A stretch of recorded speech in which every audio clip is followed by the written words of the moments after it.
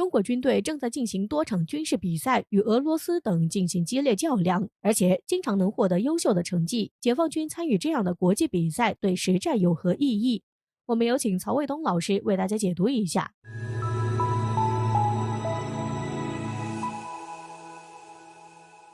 网友朋友大家好，我是曹卫东。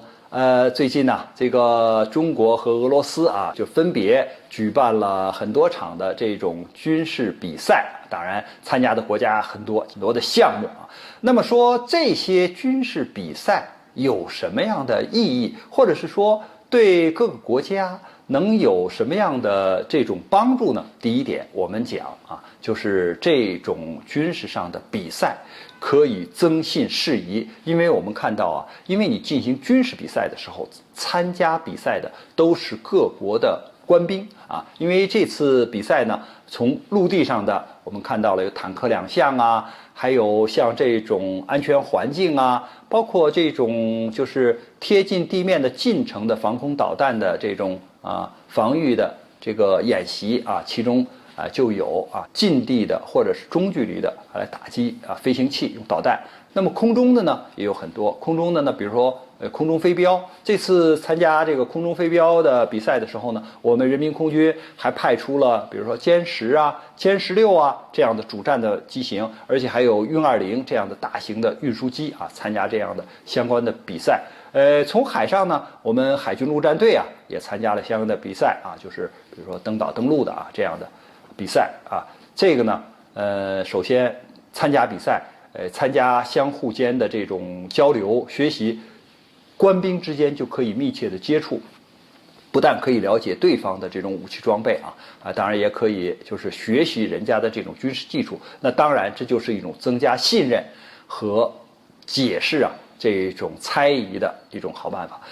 第二点呢，就是你毕竟是一种军事上的比赛，军事上的比赛它是直接可以看到你掌握武器装备这种能力，还有你官兵的素质，这个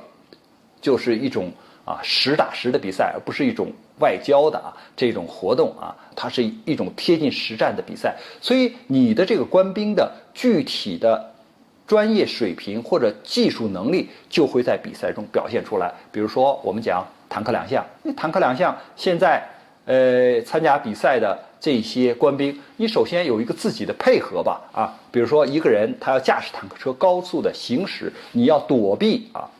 障碍或者是跨越障碍，这是第一点再一个，你光躲避了跨越了还不够，还要躲避敌人的打击，你要释放干扰吧，还有一个你要打击对方吧。那么在行进中怎么打击这种目标，还有一个猛然停下来的时候你怎么快速的搜寻目标，怎么打击，这都是要看你平时的这个技术的呀。那么现在我们参加比赛的往往不是从全军里边比如坦克，我们从坦克手里边选各种尖子凑成一个班子，不是的，就是成建制的。你原来是哪个单位的81军的或者某某旅的，你就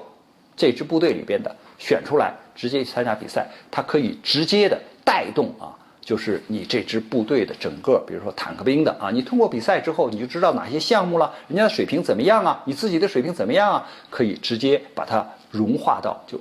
自己的训练当中。还有呢，你比如说我们在这个航空飞镖这样的演习中，你去的都是主战飞机，那你的这个飞机和外国同类型的飞机比赛的时候，同样的时间同样的速度，谁打得更准，同样的这种气象条件下谁判断得更明，所以这就是检验你飞行员你的基本素质是什么样的。还有呢，就是像这种登陆这种演习，因为它是海军陆战队的主要的科目，就是你从舰艇上船上这个2栖坦克或者装甲车它是要出来的，要在水上航行的，那么你的这个装备能不能够在水上快速的航行，然后一旦就抢滩之后你能不能快速的找到目标，然后进行精确的打击，这就是你平常训练的水平要表现出来的。所以我们看到呢，这个是各个国家的官兵在比赛他们的军事技能。再有呢，就是检验你的心理素质，因为在比赛中可能会出现各种各样的情况，比如说这个装备出现故障怎么办呢？你的这个第一场没比好，第二场怎么办？所以他对官兵的这个心理素质也是一种考验。所以通过参加这样的比赛呢，我们可以说参赛国呢，他们的官兵可以增信事宜。实际上，这也是对